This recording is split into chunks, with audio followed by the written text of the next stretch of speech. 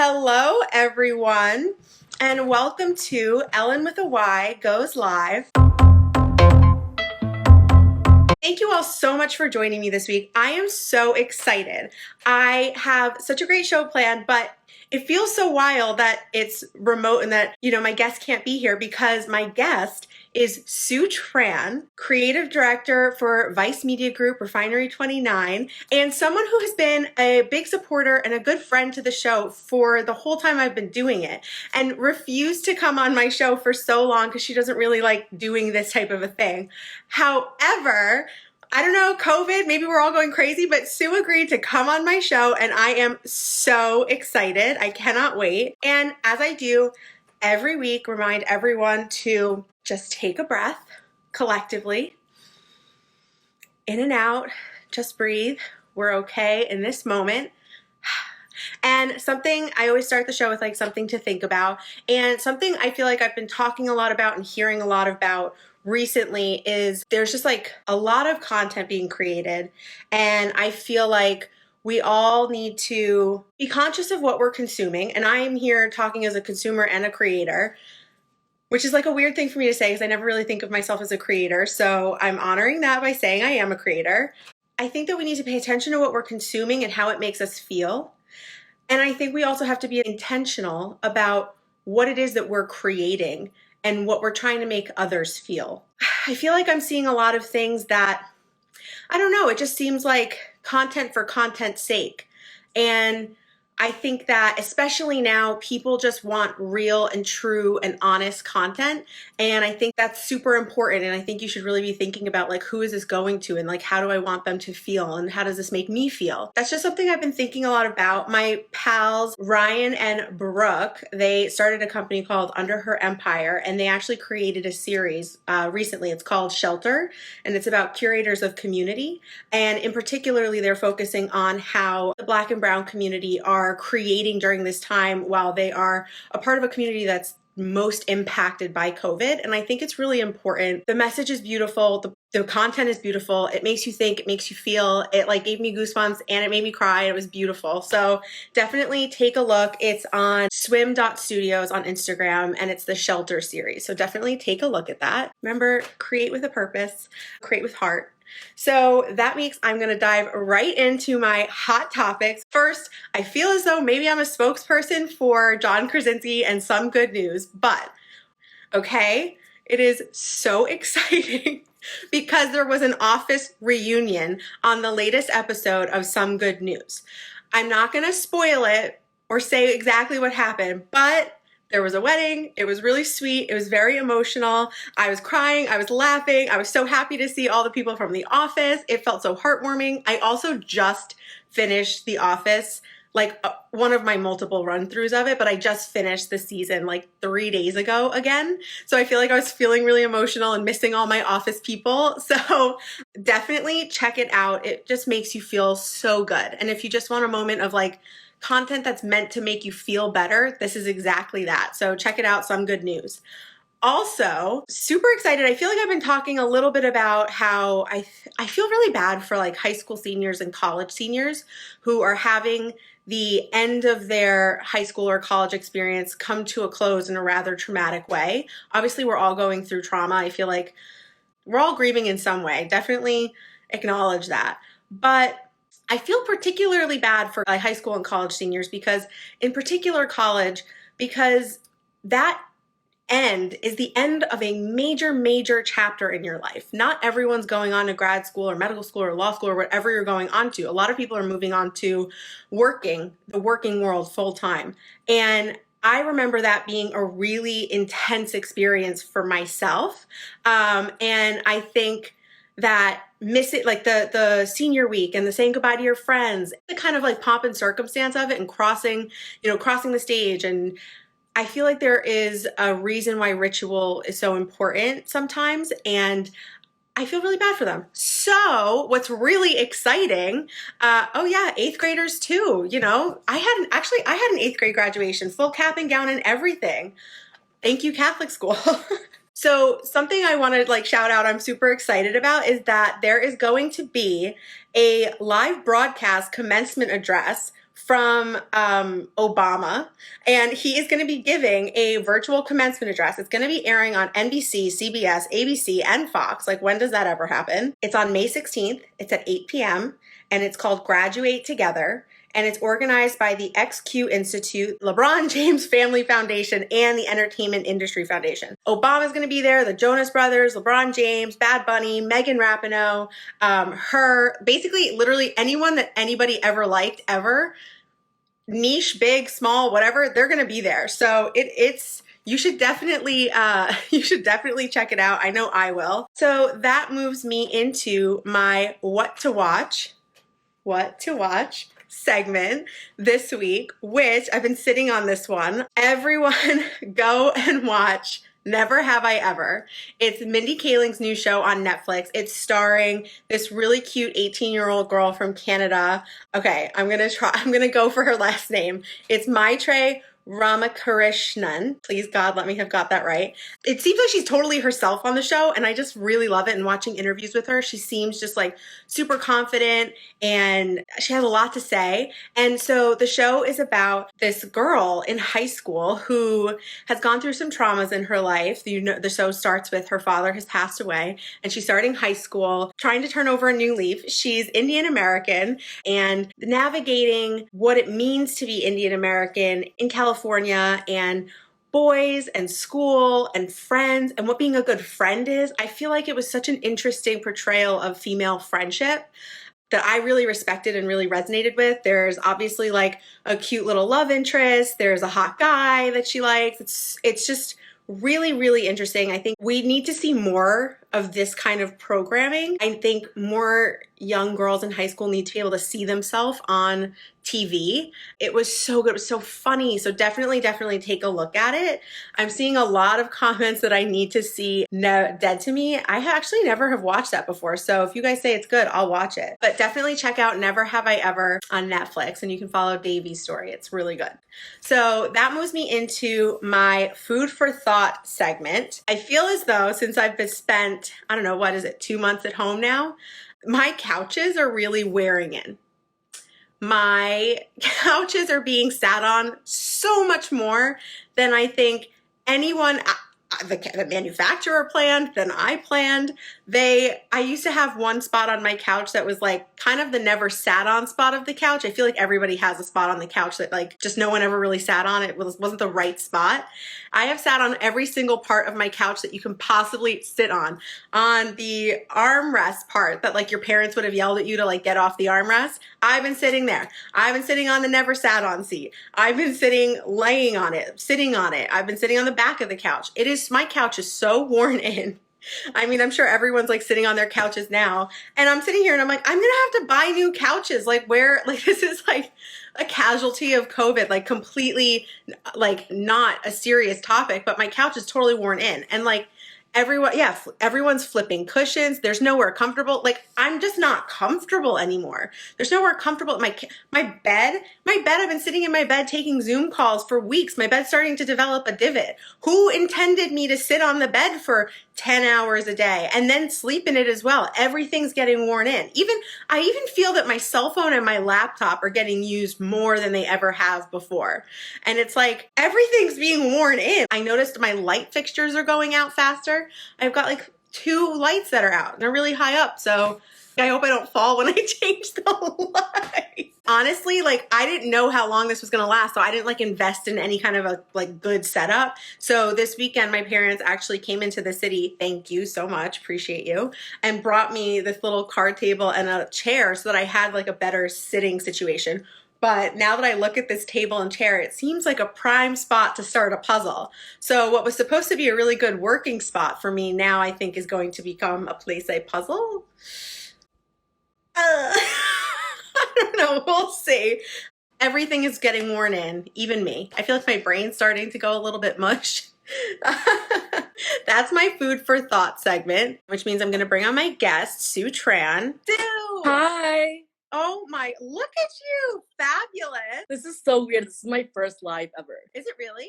Mm-hmm. Oh my God, I love it. I'm so glad that you agreed to come on the show. Look at you with your little off the shoulder moment, the winged eyeliner. I put on real clothes for the first time in 2 months. Oh my God, I love it. I have a game later where we're going to out ourselves because I haven't put on real clothes either. And I should start taking pictures of my outfits every week because I have like a top on or a dress, but I'm always wearing sweatpants. I'm wearing sweatpants right now. I didn't own sweatpants until quarantine. Really? Yeah. That tracks. That tracks. So everyone, I want to introduce you to Sue Tran on Instagram. You can see she's Sue Tran, 3Ns, creative director for Vice Media Group, like I said, and also a cuisine queen, culinary master. I'm super excited to have you here. One, because I know you're a fan of the show. Two, like food is number one. It's like king right now. So I feel like it's the perfect time to have you on. It is. Everyone's cooking. Everyone else is, like nothing to do. So why not just create all these extravagant meals?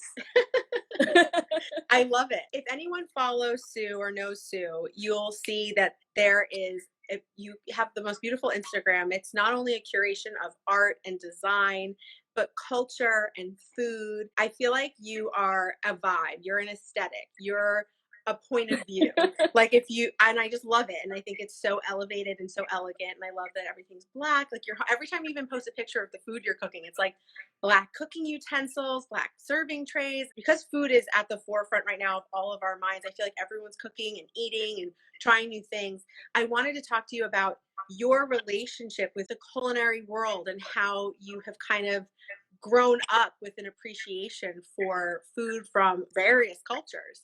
I think it wasn't until recently where I always assumed that I didn't really care about food until I moved to New York and I was really surrounded by like all the best restaurants. But I think as I'm cooking more in quarantine, I'm realizing that like my love for food has like instilled in me ever since I was younger. It's like my mom's love language. She cooked every single meal, from morning to night for 29 years that I've been alive. And I think that like her cooking and showing her love, it's always been instilled in me. And I kind of didn't lean into that passion until I moved to New York for sure, just because, eating out is, expensive and it's also time consuming. It was just like a really great way to explore different cultures. It's like the easiest entry point. Yeah. And it was really interesting to like explore all these different cuisines I've never heard of before and, see the overlap where we're like more similar than we think we are. I love that you say that. Think about ravioli or pierogi or the idea of a dumpling. It is this like doughy, delicious thing that's stuffed with something else that's yummy and delicious, and how that is similar across so many different cultures. So now you're cooking at home. I feel like maybe you might have a good recommendation for a type of meat to experiment with. Something that I've been cooking a lot with is pork belly. I think it's just like very common in Vietnamese cuisine, and I love short ribs too. But I think the reason why people don't experiment with a lot of different cuts is that it's like scary, and like cuts like short ribs, they take a lot of time. Like you have to braise them, it takes forever. And I think it's just find a recipe that you find interesting and just stick by it. And the more you cook, the more you get more familiar with various cuts of meat or even seafood. So you started coding when you were in high school, but also a really creative side to you as well. Can you talk a little bit about like how you navigated deciding to go to school in a more creative space, even though you had like such a penchant for like the math and science side of things? Yeah, I don't know if I necessarily had a penchant for it. I think growing up as an Asian American, you do have those pressures that, expect you to go in a certain way. I started designing when I was 11 and I started coding when I was 13. I was kind of self-taught. Like, That's wild. We like grow up on the internet. So like I was just teaching myself these things. So like deep down, I always knew I wanted to go that route. But I, went through high school taking certain classes. I was on math team and like, taking all these AP courses. And I was like just a natural at math. And when it came time to high school, it's kind of crazy. I still think it's crazy that when you're 18, you decide like what you want to do for the rest of your life. And I think that changed over the course for me.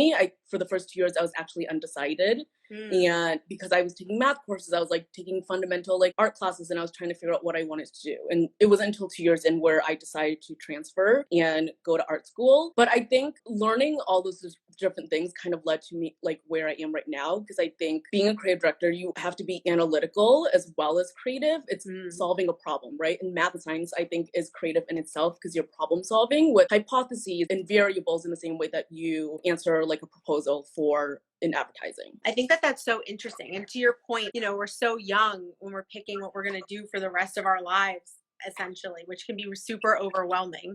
I wanted to talk a little bit about, well, one, it's Asian Pacific American Heritage Month. So I wanted to celebrate that. Also, Yay! the mouthful.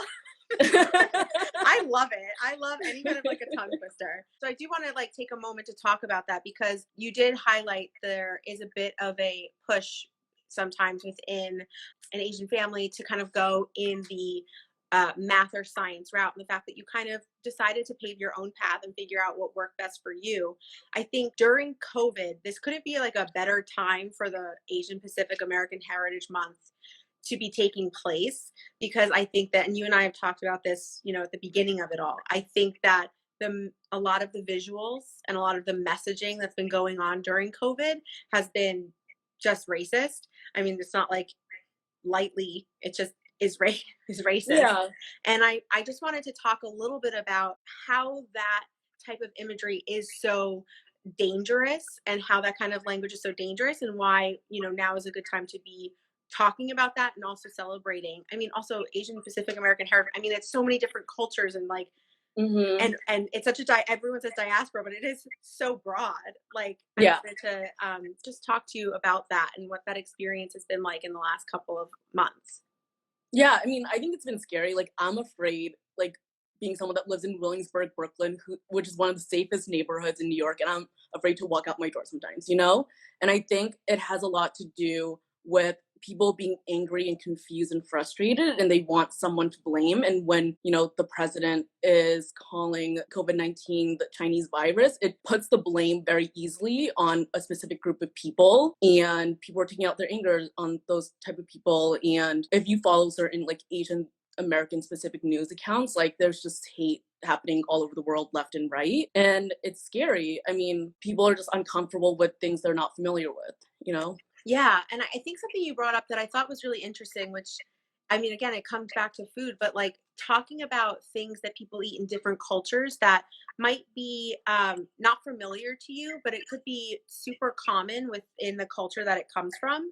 I thought that that was a really good point that we just talked about this on the phone, but that what might not be familiar to you doesn't mean that it is bad. And I feel like a lot of times people think kind of through a very specific point of view, and we need to open this is like my mind, like open your mind motion, because like you said, food is a really great way to get to know a culture, and to do that you have to respect the food and the culture and what the people in that culture are doing and eating. Yeah. And I think so, like in the last 10, 15 years, like Asian food has become a little bit more part of the mainstream, more than it was when I was growing up, where people our age were growing up. And if anything, Corona showed us that people like to pick and choose which, like, quote unquote, ethnic foods they celebrate that, you know, are more palatable to them. And they shame those that aren't, as if like personal experiences dictate what type of animals or food that you think it's okay to eat over others. That's a really good point. If you are sitting down to eat something, like, learn where it's from, like pho, like learn where it's from, actually learn how to pronounce it, which brings me to, I want to shout you out because you were highlighted, you were celebrated your recipe on Munchies this week. So oh my God. really cool. Yeah, you were. Well, this is a big deal. But speaking of pronouncing things right, I literally YouTubed how to pronounce the name of the dish, and I'm going to butcher it, but I think that it's important. If this is the name of the dish, this is the name we should give it. I'm not going to give it some like broken down English version of it. Like, okay, so Ban Choi Nyung. Ban Choi Nyung. Ban Choi Nyung. Okay, like almost close. I was close. But it I is. no. That. I don't want to call it something else because that's what it is. Yeah. So I'm going to work on it because it literally, I feel like it's going to become a staple in my home. But can you explain what this dish is a little bit and how you kind of adapt it for a modern kitchen? Yeah, bun choy nuong is a Vietnamese baked banana cake. It's basically like this baked like banana pudding, but like so much better. My mom used to make it all the time growing up because we would always have baguettes and bananas around our house, and we would always have leftovers. And it's a really great way to like combine that with a few other ingredients to make this like something else and really stretch the lifetime of these like staples that we have in our kitchens. And I think especially now it's like a really great recipe because everyone's baking bread. Yeah. So it's a baked banana cake. You rip up the pieces of bread and you add like coconut milk and vanilla and all these other things, a lot of sugar and bananas and all that stuff. So it's just like something I had growing up. And Yeah. I feel like it's so funny. I feel like everyone's cooking things with banana and banana bread. And so first, it looks super delicious, so moist. The bananas on top have this like caramelized, just like, oh my God, it looks beautiful. So everyone check it out on either Sue's Instagram or on Munchie's Instagram. There's the recipe, there's like the how-to. It looks delicious. I feel like I haven't really baked that much, but I would bake this. I'm a really bad baker. Like I don't bake. It's so like all the precise like measurements and all that stuff. This you can really just substitute with anything. You had back to what you were saying about like the modern like kitchen thing, where it's like my mom has certain things in her ingredients that are like innately more Vietnamese and Asian from markets, and like I have things that are from like Whole Foods. I have like gluten-free flour. I don't have milk. I have almond milk.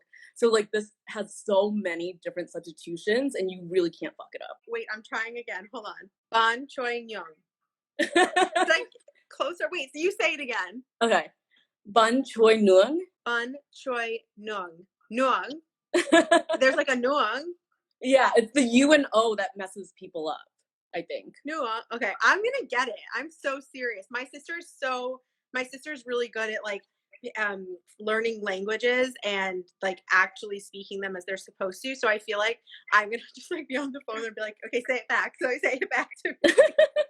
This reminds me of, I don't know if you know this, but I name myself Sue. Like I think a lot of Asian Americans have an original name and no one can pronounce it.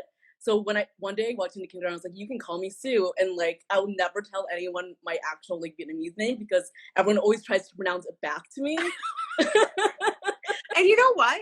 That's your right. Like if you don't want to, you don't have to.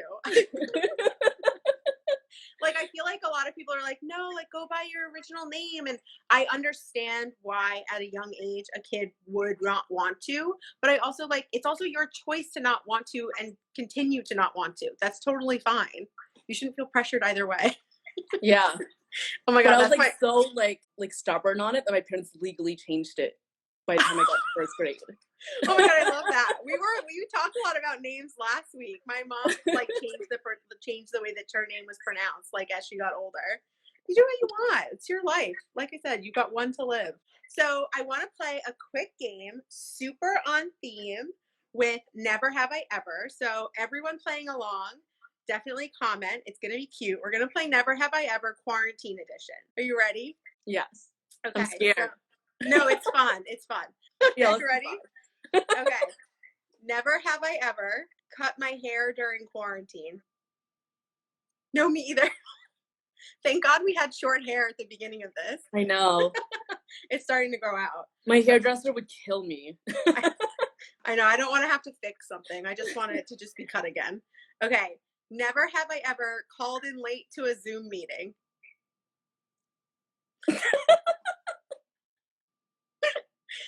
Sometimes, you know what's funny? Like you think that you'll never be late because you're just in your apartment, but you're still late.